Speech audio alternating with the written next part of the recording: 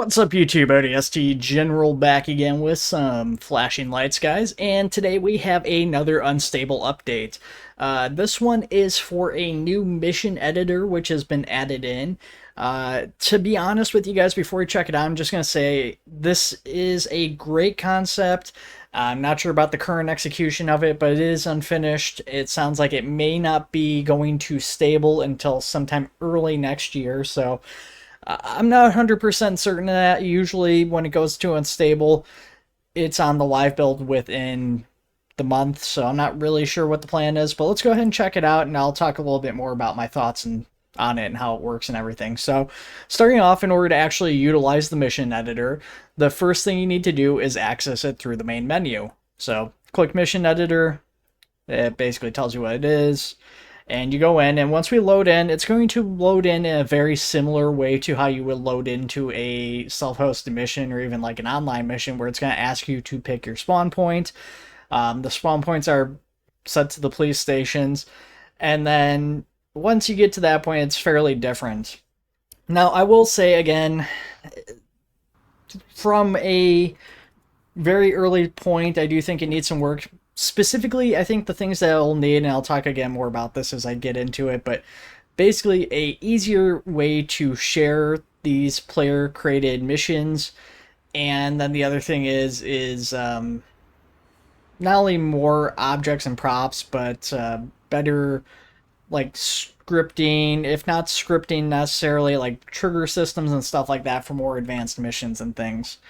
I think those are the kind of like big two issues I have with this, but it is a very cool concept. I am a little bit worried that it's going to end up like the sandbox mode, which, you know, we haven't really seen a whole lot done with that since it was utilized, and that was a pretty cool concept when it released. But anyways, here we are, we're in the game now. We picked the main city police station, and you can see we got this big third-person camera. We're able to basically go around the city. One minor UI issue I have is that, like, right now, if I'm rotating the camera by holding down my right mouse button, it does not want to go forward if I'm holding W. Like, you can see it's going forward on the mini map, if you actually look at that. But the camera is not actually going forwards in reality until you let it go. So hopefully that's something they can fix. I'm not sure if that's a bug or what, because it starts to go. I feel like it's supposed to go when you're rotating, but then it doesn't. So that's a little bit of a minor issue there, but something that's kind of obnoxious from an editing standpoint. But anyways, let's go ahead. Let's open up a test here. Now, here is one of the other UI issues I have with this is loading and utilizing these saves and stuff like that. You cannot pull up a list of your saved mission files per se. What you have to do is there's an option to open the save folder, and you guys won't see this. Maybe if I try to remember, I'll put like a screenshot or something up on the video just so you guys can kind of see this. In fact, I'll take that screenshot right now.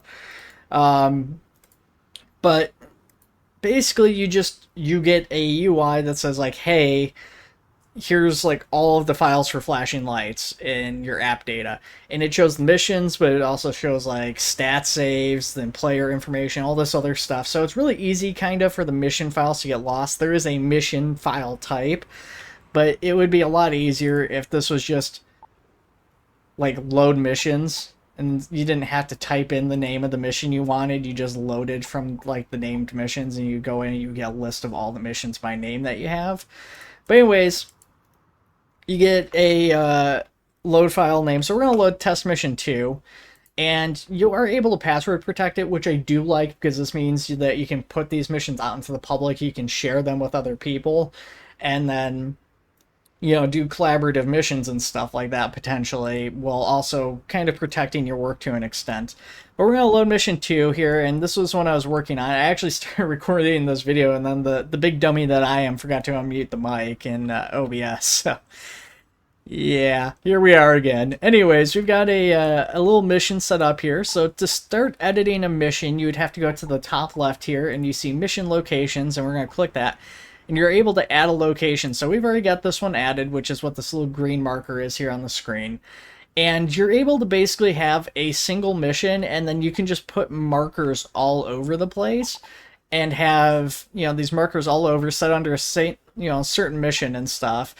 And it's kind of funny because these markers aren't just the location, like they're essentially a submission, or they're like the actual spawning of objects and stuff. So you could have, like, this one is called Christmas Tree Fire for obvious reasons, and I could go in here, I could have that, but then I could also go in and say, like, yeah, I want the second location, and we're gonna put this like up here, and then if I go here, you know, I click it, it'll take me back to this location. It has these props, but then if I click here on this other location, and I go back to the Christmas tree, you can see it's despawned all the cop cars, the fires are all gone, because this is a different location. This is, for all intents and purposes, a different mission with the same name. So then you can be like, okay, well, that's Christmas Tree Fire, and this is still Christmas Tree Fire. But this one is an NPC up on like a rooftop or something, which is kind of a weird way of doing it. I guess I don't really necessarily have a better solution. I just think that's kind of a funny thing. I actually don't know if I can delete that, but that's fine. We're not going to save this anyways. So let's go ahead and go back to our Christmas Tree Fire here. So again, we have the menu. We've got icons, so we can change icons. We've got all emergency services. We've got the chainsaw and axe icon, which I'm not really sure why, because you can't put like down trees or anything in place. You got the handcuff and the gun icon. You know, those ones are fine. The car, medical stuff, fire. And then you've got your title, which, again, Christmas Tree Fire is the title of this one. You can load missions, you can save them. You got NPCs. The NPCs are really basic right now, too. You can rotate the NPCs. You can click to move them, and it just sets them wherever your mouse is. If you click random body type, you can't select body type, it's just automatically random. So again, this is one of the things I'm hoping they'll update, is actually allowing us to pick specific body types and stuff like that. And then armed suspect is the only option. So again, I'm hoping to see more than just armed suspects. I would love to see, ideally, like 3 or 4 different civilians. So you'd have like your armed suspects. I would love unarmed aggressive suspects, which is something we haven't seen in the game, but like suspects that would try to like fist fight you would be really cool. Just static unarmed suspects, you know, they're basically like your mission givers almost and stuff. So like when you go to a shop and the shoplifter got stolen from, having the option to play something like that where they're not necessarily going to walk around or move, and they just hang out where they're sitting, and then you can maybe make them like an interaction point or something would be awesome. And then, you know, I guess I'm thinking of 2 more: injured civilians, like car crash victims, fire victims, stuff like that. And then, of course, non-static civilians that are going to walk around an area and stuff. So basically, so you can have like a crowd kind of milling around and walking around, or potentially somebody, again, who's trapped in a fire but is not necessarily injured that you could rescue. So I would love to see that stuff with the civilians, but right now it is very, very basic. We have a number of vehicles. We've got 2 crashed vehicles here, which again, you can rotate around in different ways. If you click move, it does move it like this. So you got crashed van, crashed car, and a good condition police SUV. And on the note of moving these things around, I would love to have 3-point access control for the movement instead of it just being like up on top of whatever surface like this. I'd love to be able to like sync these into an object or something. So like this here, you know, maybe I want to like have this van like clipped into this pole or something in such a way that it looks like it crashed into it maybe. I mean, the pole's maybe not the best example, but there's a few points, like the fire on the Christmas tree here. I was trying to do like fires higher up and like fire along the edge and stuff, and you really can't do that because of the way the collision's set up on the Christmas tree, for instance. So having that control to basically say like, here's what's essentially a floating fire would have been great, because it wouldn't have looked floating with the way the tree's set up, but technically it is. So that's something I'd love to see, is, yeah, the 3-point access control for movement. Obviously, more fleshed out civilians, more props and objects, more cars and stuff, of course, but that's a little bit lower on the priority list for me. Same thing with all these props. We've got a lot of the same props that we have available in the sandbox mode. So your road closed signs, your street barriers, cones, wet floor signs, all that stuff's in there. And then we have the option for fire. So with the fire, it's got a couple of more options. I don't know what this fire starter thing is. Like there's this like little oval thing in there, and clicking fire starter makes it disappear, but I don't really know what the purpose of that is, because the fire's already started, and then like when you hit done, it changes the fire anyways. The fire is also kind of less than, I guess, ideal looking too, at least on a larger scale. You're basically gonna have to make a bunch of spot fires, I guess, depending on what you want to do, because like just having like a patch of fire like this isn't gonna be super great. If you get pretty creative with it, I guess it's not gonna be super bad, because you could go like into a house and you could have that like, oh, the roof of the building and like the entire thing's on fire or something. Let's see if I can find a gas station or something here that we could potentially go into, or like one of the diners, and trying to think of where one would be, and I'm not sure if I know offhand if any in the immediate area. A lot of these shops and stuff are closed. This one's open. So a little tricky to get in there too, I guess, is maybe a bit of an issue. And again, this is where it would be useful to have those 3-axis movement stuff, because trying to get the fire to spawn in here while clipping your camera through, and then like your camera's like getting like up on the roof and everything, it'd be great to be able to like, here's my fire, click on this, and then like back your camera out at least or something, or be able to like spawn the fire out here and then move it in, and then move it up to the ceiling and then tweak it like that would be fantastic. Because yeah, right now I can't put this up on the ceiling, I don't think. At least, well, okay, I can. That's not true, but it's definitely a lot clunkier doing it this way.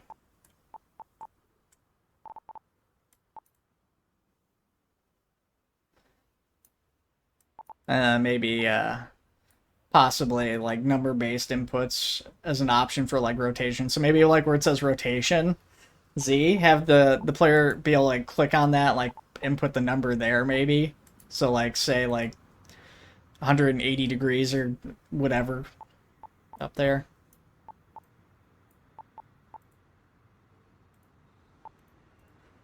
Like that doesn't look too bad, I guess, but again, then you gotta go in here, you gotta place it, you gotta kind of mess around with it, so I gotta like zoom out to be able to see the move, and now my camera's gone up over that stuff there, and I gotta like back up and go back out again. It would just be a lot easier to be like, oh yeah, okay, no, this is set at like 180 perfectly, like it's sideways like I want it, and then I just use 3-axis arrows to be able to move it around and adjust it like that.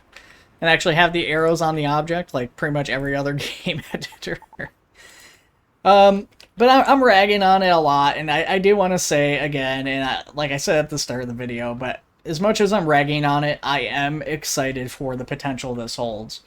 Let's go ahead, let's exit out of here. We're not going to save, because we've already got our mission. I want to show off the in-game side of it. Now, as we go through the loading screens and stuff again, as I said, there isn't really a good way to share this. There is the mods page. These aren't on the mods page.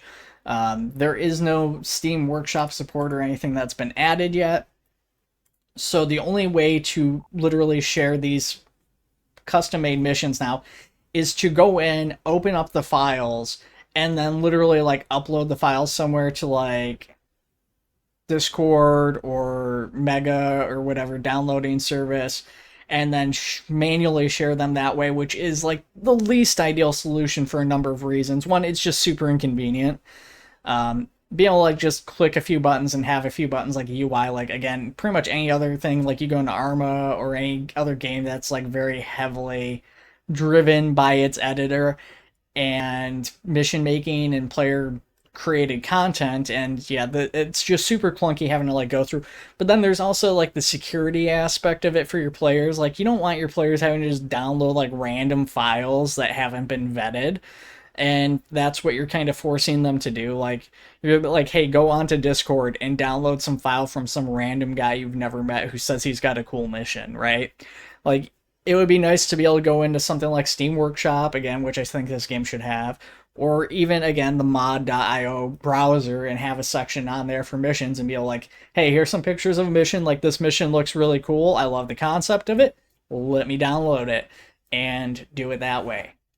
But as it's utilized right now, I don't think this is going to be very popular just because, again, essentially with this mission editor, you're making these missions for yourself and maybe a small handful of people who are going to be like on the Discord or the more community oriented side of like Flashing Lights, where it's like the really hardcore fans are going to maybe see it, but like not so much the casual players.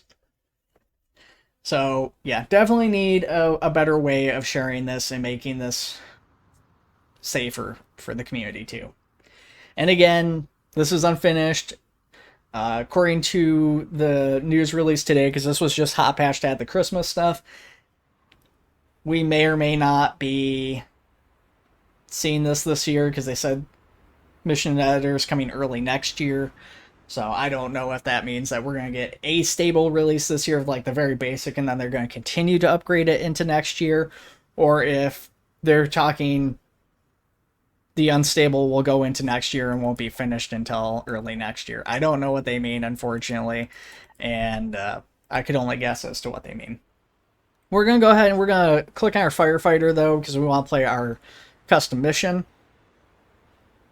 So one really cool thing about the missions is that they can actually be spawned in essentially as regular missions. So you basically put these in it and they just show up as random calls. You don't have to force spawn them in if you don't want to, though the option to do that is here. However, in order to get it, you first have to open up the sandbox menu in game, so you hit F6, and we have a new tab for missions. And you can see we've got two missions. First one's just called Custom Mission, which is the default unnamed mission. This was my test one that I was messing around with. And then we have my test 2, which is the Christmas Tree Fire, and you actually see the actual name of the mission as it's named. We're going to minus out this custom mission here because we want to forcefully spawn it. We actually just got it as a random call out, actually. That was, even though we had it open and everything, that had nothing to do with me clicking it or anything like that. That's just it spawning in. So I'm going to actually hit no. We are not going to respond to that yet because I want to forcefully spawn it in. But you can see it is on the map. If I pull up the map right here, you can maybe see it a little bit better. Actually, it's probably larger on the mini map, but it's pretty much right in front of us over in that direction, like right in front of the arrow. And it is over there as a call out. So if we were to go to our fire truck here, our DLC truck, and we were to pull up our CAD, we can potentially see that call out still, even though we said no. Oh, we did hit no. It's still there on the main map. It just finally disappeared. Anyways, let's go ahead. Let's hit Alt, get rid of our cursor here, and let's pull up our text box. So we're going to forcefully spawn this in. So if we hit /NM and then underscore, that's going to be, I think it's like new mission, and then we hit the call out number for it, which all the custom missions seem to be 9999, although I did get one to spawn as 10,000 one time, which I think was a bug. Anyways, if we do that, we should now get the mission to spawn in, hopefully. It's not seem to want to cooperate.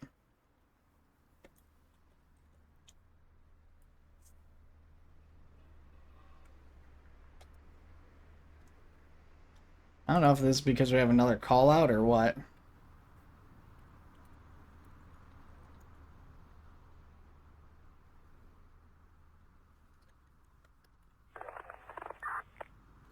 Okay, there it goes. I'm not sure again if that's random or if it is just taking a second for it to spawn in, but that's all you should have to do is just type in the /NM and then the mission number, whatever it ends up being, which, like I said, it's been 9999 every time except for once for me. And if we pull over here, we're thankfully right next door to the call out, so it makes it a nice short trip. And, we pull up here on scene. We've got all of our police cars that we plopped down in the previous recording I did. We've got, some road flares down there that we put down. I've got some orange barriers I put up over here, and then over on the other side I blocked off the thing with the road barriers here. And then, yeah, the Christmas tree's on fire. You can see we have 3 active fires, so we're able to now go over to our truck and we're able to complete this mission by putting out the fires just like you would any standard call. So if we run over and get our fire extinguisher, hopefully we can get this knocked out pretty quick. My last time trying to knock this out on the previous recording, I did have some minor issues getting the fire closest to us, the one we're working on right now, extinguished. It took up a lot, and then the other 2 were a lot easier to put out.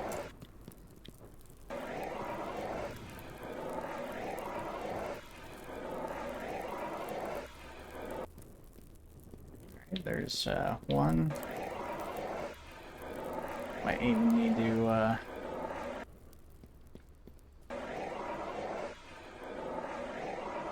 potentially get another fire extinguisher here. Alright, it says we're at 0 active fires. We're just going to use up the last of the fire extinguisher. So yeah, and then there was that civilian walking in, which, like I said, it'd be nice to have like active civilians just kind of walking around and be able to place that down. But I think the other cool thing is, like, I've got this all blocked off with cop cars, having like NPC cops that you could put up at road points, and maybe even having like a box we could put down that says like NPCs don't path in here or something would be pretty cool. But yeah, there we go. We completed the mission just like any other mission. This does give you a bunch of points for completing the mission. So I guess in a way you could use it to potentially farm points, but I don't think it would be any more efficient than any other mission in the game. But yeah, that is the mission editor, guys. So I'm kind of curious what are your thoughts. Definitely, if it's not obvious, I do have some issues with it, and I think that there's definitely a lot of room for improvement. But with that being said, again, I am very excited for the potential that the mission editor holds. I've been saying since the sandbox came out that this, I think, is really the future of the game going forwards. Especially the long development time of these indie games. Flashing Lights is still also a very basic game. There is a lot of ways it could be developed out in broader sense and be made to be a lot better. I don't necessarily agree with every development decision. I don't think the AI backup and the K9s and stuff like that are necessarily the best decision for the game going forwards personally. But, other people are excited for it, and I get why. I just think that more of it should be developed towards making the game a little bit more in-depth, a little bit more polished and nicer looking, and fleshing out some of the systems that are in already, like the sandbox and the mission editor, that I think is really where the future of the game is truly going to shine, and where that's going to kind of keep the game going for potentially years and years down the road, even while potentially newer and arguably better games will continue to come out, because that is going to continue to happen. But if you have a good community driven system for missions and editing and stuff, and it's really accessible and easy to do that, you're going to have games like Arma, Star Wars Empire, War Forces of Corruption, a bunch of games I've covered on my channel, where you see these games going for years and years and years and years after release, decades. I mean, there's probably still people playing Arma 2, I'm sure. There's definitely still people playing Star Wars Forces of Corruption. A lot of popular content creators for that. Still new mods and stuff being made and developed for it, and the same is true for plenty of other games. So if you give your community the tools to make those assets, make missions, do stuff like that, and you make them as robust as possible while still having them somewhat easily accessible, it's definitely great for the longevity of the game. And then, if the developers want, or Nils wants, or whoever, they can potentially then continue doing, smaller like DLCs and stuff like that as they continue on development to continue, making money and kind of justifying that, the game and stuff, and just trying to make it as long living of a game as they can. Obviously we've gotten a couple of DLCs recently. We had the truck here, and then we had the Thunder Sports Sedan, which was the Dodge Charger. So we got the Ford and the Dodge essentially, And I have a strong suspicion we're going to continue to get see other DLC vehicles. You know, Into the Flames is doing their retro DLC pack. So, you know, a lot of these games that I started covering, you know, 5, 10 years ago in some cases, they're definitely getting into that cycle where they're getting into the point where they're trying to, you know, continue the revenue stream for the game and earn more money to continue development off of like DLCs and stuff like that. And I think that's fine. You know, I have no issue with a game dropping, you know, like a few dollar DLC for vehicles or whatever to add more vehicles into the game. But I do definitely think that something like this, they do need to continue development of the base game and definitely polish up some of the stuff that they have and expand on some of the systems. But I could continue on that tangent for a while, and I don't want to do that for this video. It's really meant to just kind of showcase and highlight the mission editor and how it worked very basically for you guys currently, and just give my thoughts on it. And hopefully again, those key points again of making it more easily shareable and accessible to the community. You know, making it more robust in terms of what players are able to do in terms of actually creating the missions and how those missions kind of continue to expand by setting up like triggers and stuff like that and giving them more, less necessarily objects, but more tools to make more unique missions would be great. And again, just, you know, UI overhaul, stuff like that. I mean, there's again a lot of ways I feel that it could be expanded on, and I'm hoping we get to see a lot of that stuff added in and improved upon. But yeah, I want to know what your guys' thoughts are on the mission editor. Do you think I'm wrong? Do you think it's fine as it is? Do you guys hate it? Do you love it? Let me know in the comments below. Take it easy, guys. I'll see you all in the next one.